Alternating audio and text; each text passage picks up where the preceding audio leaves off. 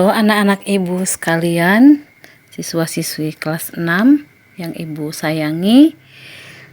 Kembali kita akan belajar kali ini masih di tema yang kedua, persatuan dalam perbedaan. Subtema 1, rukun dalam perbedaan, pembelajaran kelima.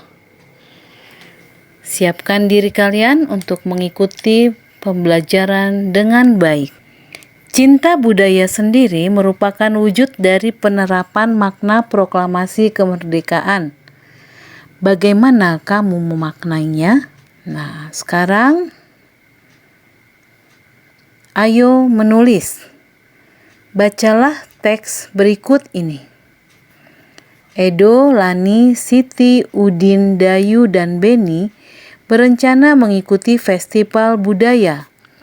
Saat ini mereka sedang berdiskusi untuk menentukan budaya yang akan mereka usung. Edo dan teman-temannya sangat antusias mengikuti festival ini. Mereka ingin memperkenalkan seni dan budaya suku-suku yang ada di Indonesia. Menentukan kebudayaan mana yang akan dipilih tidak mudah. Semua budaya yang dimiliki Indonesia sangat beragam dan menarik. Akhirnya Edo dan teman-temannya memutuskan untuk memperkenalkan permainan rangku alu. Permainan rangku alu berasal dari Nusa Tenggara Timur. Dalam masyarakat Manggarai, rangku alu dilakukan untuk merayakan hasil panen perkebunan dan tani. Edo dan teman-temannya sangat bangga dengan kebudayaan Indonesia. Ceritakan tentang makna proklamasi kemerdekaan yang tercermin pada kegiatan Edo dan teman-temannya. Jadi setelah kalian membaca teks tadi, kalian bisa menceritakan makna proklamasi kemerdekaan yang tercermin pada kegiatan Edo dan teman-temannya. Kita masih mempelajari cinta budaya sendiri merupakan wujud dari penerapan makna proklamasi kemerdekaan. Nah, jadi makna apa yang bisa kalian ceritakan? Misalnya, makna proklamasi yang tercermin pada kegiatan Edo dan teman-temannya adalah mereka mau memperkenalkan dan menghargai budaya Indonesia dengan mengikuti festival budaya. Selanjutnya ada pertanyaan, apa yang kamu pelajari dari kegiatan Edo dan teman-temannya terkait makna proklamasi kemerdekaan? Kegiatan Edo dan teman-temannya terkait dengan makna proklamasi adalah mereka menentukan keputusan dilakukan dengan cara bermusyawarah dan saling menghargai keputusan yang sudah dibuat. Nah, jadi Edo dan teman-temannya bisa mengambil makna dari proklamasi kemerdekaan sebagaimana para pemimpin bangsa kita pada saat itu bersama-sama bermusyawarah untuk menentukan sikap untuk memproklamasikan kemerdekaan Indonesia. Jadi Edo dan teman-temannya di sini juga berusaha mengikuti jejak para pendahulu kita dengan bermusyawarah dan saling menghargai untuk mengambil keputusan yang sudah dibuat. Selanjutnya, berikan contoh penerapan makna proklamasi kemerdekaan dalam kehidupanmu sehari-hari, baik di rumah, sekolah, dan masyarakat. Nah, apa kira-kira yang dapat kalian lakukan untuk menerapkan makna proklamasi kemerdekaan dalam kehidupan kalian sehari-hari? Misalnya kalau di lingkungan rumah, apa yang bisa kalian lakukan? Ya tentu bisa kita menerapkannya, mewujudkannya dengan menerapkan sikap persatuan dan kesatuan dengan sesama anggota keluarga.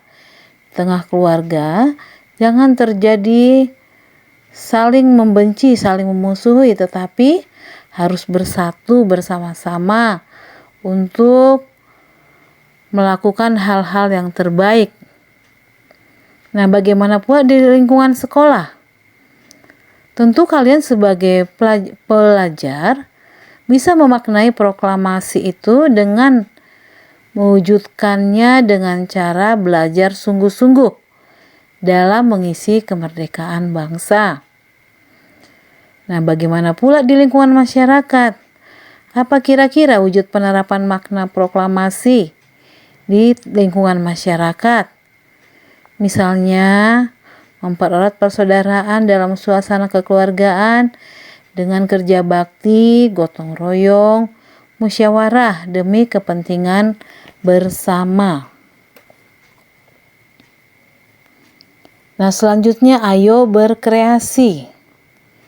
Cinta terhadap seni Indonesia merupakan perwujudan dari makna proklamasi kemerdekaan. Dalam mewujudkannya, kamu membutuhkan kerjasama dengan orang lain. Indonesia memiliki ragam tarian yang sangat indah. Keragaman tersebut menambah kekayaan Indonesia yang luar biasa. Kamu sudah belajar tentang pola lantai tarian daerah. Amatilah gambar berikut dan gambarlah pola lantainya. Ada gambar tarian yang berasal dari Aceh, yaitu tari sedati. Bisa kalian lihat. Kemudian ada tari andun dari Bengkulu. Ada tari tandak dari Riau. Ada tari tambun dan bungai dari Kalimantan Tengah. Tentu kalian masih ingat pola lantai tarian daerah. Nah, bila kalian melihat tari sedati, apa kira-kira pola lantainya? Iya, pola lantai tari sedati adalah garis vertikal atau lurus. Untuk tari andun, bisa kalian lihat, pola lantainya adalah pola lantai diagonal. Nah, tari tandak, pola lantainya adalah garis melengkung. Tari tambun dan bungai dari Kalimantan Tengah, jenis pola lantainya adalah garis vertikal atau lurus. Bandingkanlah gambar pola lantaimu dengan milik temanmu yang lain. Bila perlu, kalian mempraktikkan semua pola lantai tersebut dengan teman-temanmu. Apakah kamu mengalami kesulitan dalam mempraktikkan pola lantai tarian daerah? Bagaimana kamu menyikapi perbedaan dengan teman? Nah, untuk mempraktikannya, kalian bisa bekerja sama dengan teman dan kalian harus menyikapi perbedaan dengan teman dengan bermusyawarah. Selanjutnya, ayo berlatih.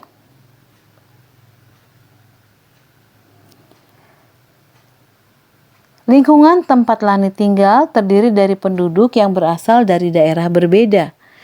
Mereka selalu hidup rukun meskipun berbeda latar belakang dan pekerjaan. Ibu Titin tetangga Lani adalah salah seorang pengusaha kue batik yang berasal dari Jawa Barat. Beliau sangat dekat dengan tetangga dan sering membagikan kue batiknya.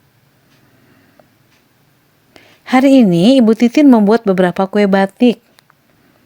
Ia menyumbangkan kuenya untuk acara rapat RT di rumah Lani. Ibu Titin memotong setiap kuenya menjadi 12 potong. Lani menghabiskan 3 potong kue. Peserta rapat menghabiskan 31 potong kue.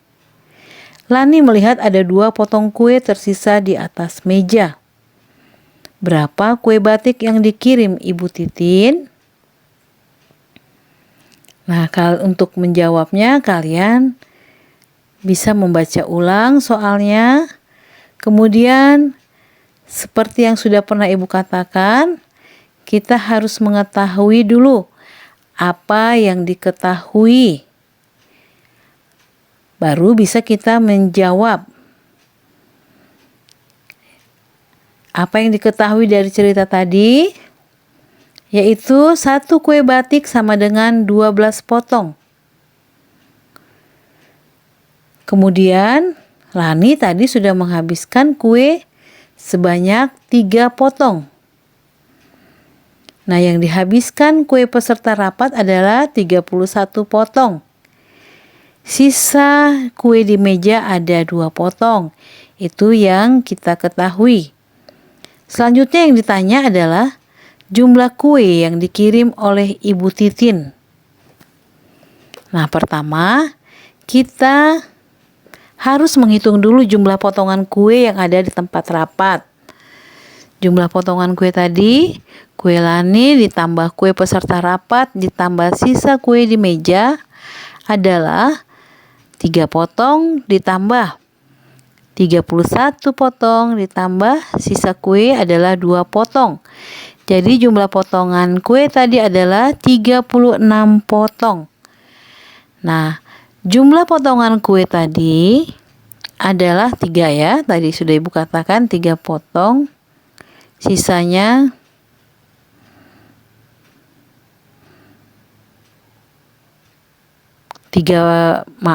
jumlah potongan kue tadi 3 potong ditambah 31 potong ditambah 2 potong, jadi jumlah potongannya adalah 36 potong.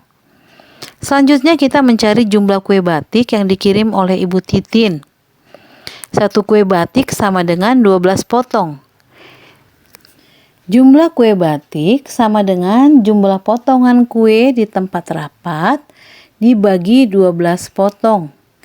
Tadi jumlah kue batiknya adalah 36 potong dibagi 12 potong. Karena kuenya dibagi, 1 kue dibagi 12 potong, maka jumlah kue batik sama dengan 3 potong. Jadi jumlah kue batik yang dikirim oleh Ibu Titin adalah 3 buah. Maksud Ibu tadi jumlah kue batik adalah 3 buah. 36 potong dibagi 12 potong hasil pemotongan setiap 1 kue. Jadi sekali lagi Ibu katakan jumlah kue batik yang dikirim oleh Ibu Titin adalah 3 buah. Berikutnya Lani dan Siti membawa kotak kue batik buatan Ibu Titin ke rumah Edo. 1 kotak kue berisi 6 potong. Mereka membagi 1/6 kotak kepada 4 temannya. Apakah Lani dan Siti memiliki potongan kue yang cukup apabila setiap temannya mendapat 4 potong kue? Bagaimana kalau mereka membagi 3 potong kue untuk setiap temannya?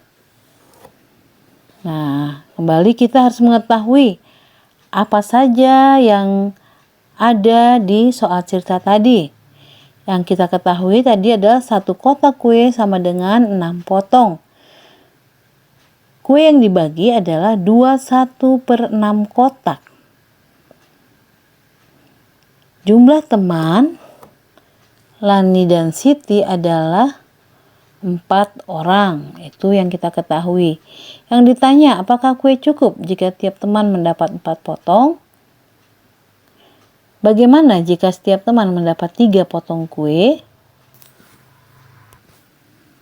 Nah, dari hasil yang kita ketahui dan yang ditanya, maka kita bisa menjawab jumlah kue sama dengan jumlah kotak kali 6 potong. Jumlah kue sama dengan 21/6, itu jumlah kotaknya, kali 6 potong. Nah, yang 21/6 itu adalah pecahan campuran. Kita buat dulu ke dalam bentuk pecahan biasa. menjadi 21/6 itu 2 dikali penyebutnya 6, 12, ditambah 1 pembilang menjadi 13/6 kali 6 potong. Nah, 13/6 kali 6 potong itu sama dengan 13. Maka jumlah kuenya adalah 13 potong. Nah, jika tiap teman mendapat 4 kue, maka kue yang dibutuhkan adalah 4 orang kali 4 potong kue, sama dengan 16 potong kue. Maka kue tidak cukup karena jumlahnya tadi adalah hanya 13.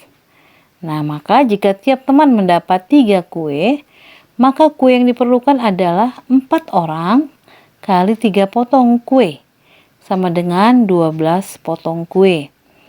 Maka kue cukup untuk 4 orang karena jumlahnya ada 13.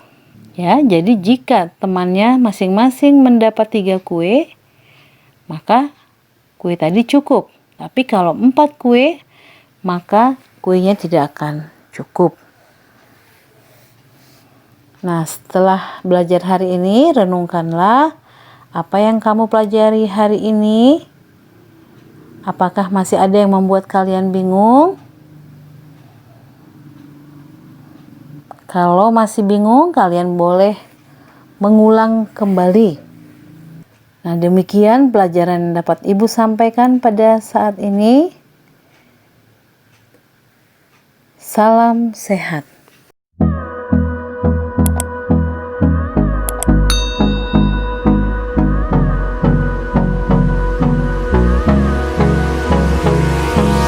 Hold me close till I get up.